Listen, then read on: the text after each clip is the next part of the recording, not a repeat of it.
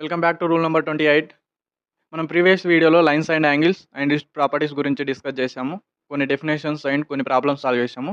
ఇంకా కొన్ని problems solve చేద్దాము. ఆ ప్రాబ్లమ్స్ సాల్వ్ చేసినాక నెక్స్ట్ చాప్టర్కి వెళ్ళిపోదాం, triangles and its properties. So late చేయకుండా వీడియోలోకి వెళ్ళిపోదాం.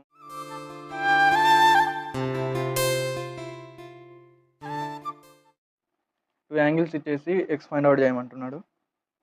సో ఇక్కడ ఏ ప్రాపర్టీ యూజ్ చేయొచ్చు మనం?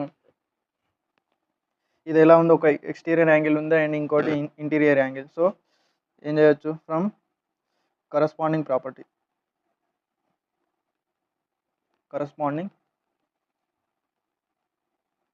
యాంగిల్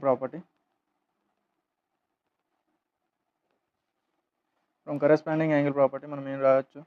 ఈ రెండు యాంగిల్స్ ఈక్వల్ అయితే so x/2 + 20 is equal to x + 15. So ఇక్కడ నుండి ఏం చేయొచ్చు? x ప్లస్ ఈ 2ని ఇలా ఇటు పంపితే 2 × 20 ఈజ్ ఈక్వల్ టు 2 × x + 15 అవుతుంది. So x + 40 is equal to 2x + 30. ఈ ఎక్స్ని ఇలా పంపి ఈ 30 ఇలా తీసుకొస్తే 40 - 30 ఈజ్ ఈక్వల్ టు x అవుతుంది. So x is equal to 10 degrees వస్తుంది అన్నట్టు. సో 10 degrees వచ్చేసింది. సో ఇప్పుడు నెక్స్ట్ ప్రాబ్లం సాల్వ్ చేద్దాం. నెక్స్ట్ ప్రాబ్లంలో ఎలా ఇచ్చాడు?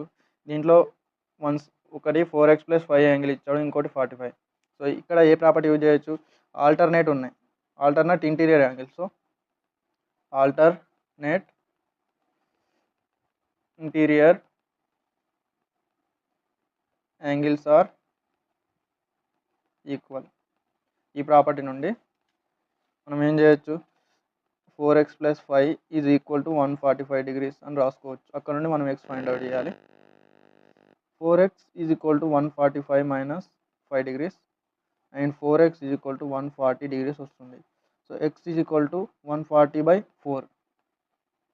సో 4 1 జా 4, 3 జా 12, 2 మిగులుతుంది, 4 5 జా.